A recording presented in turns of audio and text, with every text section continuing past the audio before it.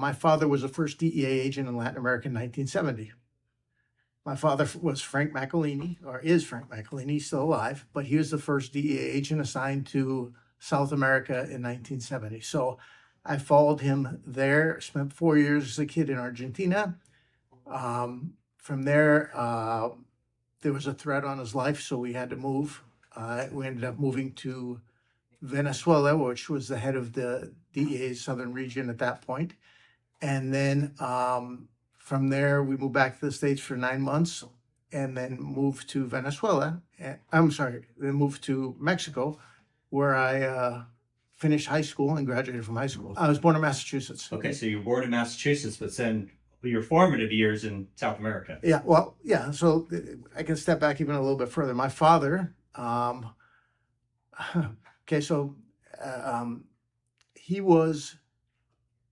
grew up in the Italian section and south side of Boston as a kid. And he grew up, he used to go to Scituate during the summer vacations. And his best friend in Scituate happens to be the nephew of 3 of the biggest mafia bosses in Boston. So fast forward, my dad graduates from college, goes into the Army, joins Border Patrol, decides that's not for him, comes back to Boston as a special agent for the IRS. And his first assignment is to go undercover in the mob. So he did this when I was a baby, and ended up breaking up a huge mafia ring there. He had to testify in 22 different trials, and they ended up putting a bunch of people in jail. And he, both in Chicago, New York, and Boston. And as a result, they figured it's best for him to move out of Boston. So he ended up going to Colorado as one of the first agents for, I think it was back then, the BDAC, Bureau of Drugs and Alcohol. I forget what BDAC stands for. Well, I've never heard that. I know it was BNDD. Well, BDAC merged with somebody else to become BNDD. Okay. And so my father was there in Colorado doing that. And then how did he end up in Argentina? And so I'm sorry for all the backstory on my father, but No. So he goes from. Is he still an IRS agent? No. Now he's a BDAC agent. Okay. He's a drug agent. Okay.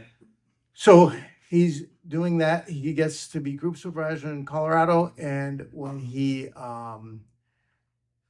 they went out on a case, had a brand new agent doing an undercover, told the agent, whatever you do, stay put in the location where you're at, because they had the surveillance set up for him. Well, the agent, first thing he does is he meets with the crook, and the crook commits him. He gets in a car and drives off.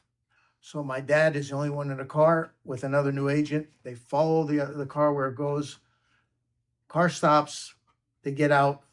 My dad and the other agent get out, and my dad gets assaulted. He gets jumped by about 40 guys, and they beat the hell out of him.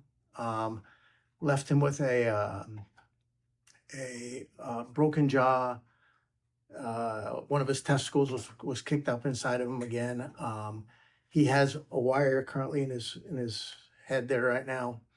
And he was saying that as they're beating on him, he was holding on to his gun for dear life because he knew that if they took it away from him, they're going to shoot him. So, but why am I telling you this? Because he ends up in the hospital, and as he's recovering, the head of BNDD now, because this BNDD comes to see him in the hospital and says, "Hey, I'm transferring you overseas."